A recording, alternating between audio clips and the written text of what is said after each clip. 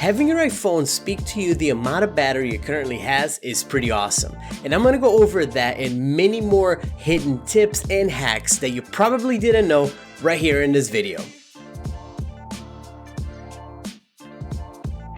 To get your iPhone to speak the battery level to you, all you have to do is just create a simple automation and have that automation be triggered every time you're connected your phone to charge or disconnected. That particular automation is going to speak back to you the amount of battery that you have on your phone when you're putting it to charge as well as you taking it off the charge. This is an awesome trick if you're really in a hurry, on the go, try to pull your phone out of the charge and running out of the house, and you get a little voice reminder of how much battery you have on your device.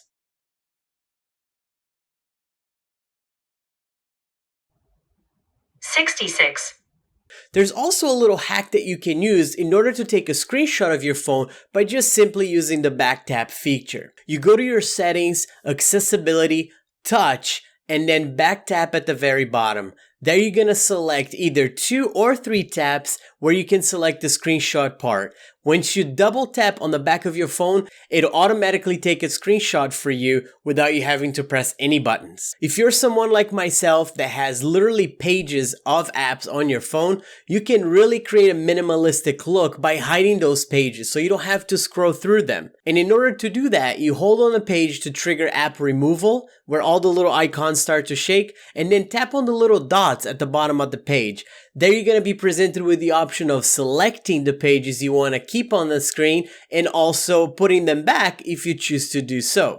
This is a great little trick that helps you keep your phone super minimalistic and very well organized. If you want to take the back tap feature to the next level, there's a little hack that lets you do that. All you have to do is just open up the shortcuts and you're going to create a new shortcut using the flashlight. Once you have that shortcut created, all you have to do is just return again to accessibility, to the touch, and then to the back tap area where you're going to select 3 taps in this case. Once you're there, the automation that you just created is going to be listed there as one of the features. In this case, we created the light. So we're going to be able to turn our flashlight on the back of the phone by just simply 3 tapping on the back. For those of you guys that do a lot of text editing on your phone, there's this hidden little feature that you probably didn't know about. You can cut and paste by just simply using a 3-finger pinch or a 3-finger spread on the screen. You select your text, 3-finger pinch, and then you copy. And if you do a 3-finger spread, you paste that text. Simple, easy, and very useful. Another little hack to save time is that you can easily create a timer right from your control center. You swipe down from the control center, press and hold on the little timer button, and that will allow you to select how long you want your timer to be. This is a time saver. You don't have to go to the clock. You don't have to set up anything or change numbers on that timer. Super easy and life-changing. Another little feature you probably didn't know is the ability to scan things right onto your Notes app.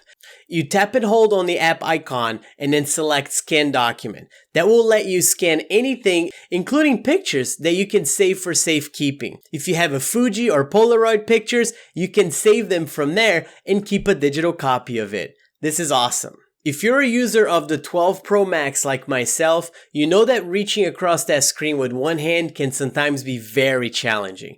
And for that, there's an option called Reachability. That allows the screen to drop down a little bit so that you have better reach with your right or left thumb, and you don't need to cramp up your hand when you're just trying to access the control center. Swipe down on the lower part of the screen right near the dock, and then the screen just drops in half where you can reach certain things that you couldn't before just due to the sheer size of this guy right here. One of the main things about these devices is actually the battery life. And if you want to prolong that battery life, there's a trick that you can do in order to do so.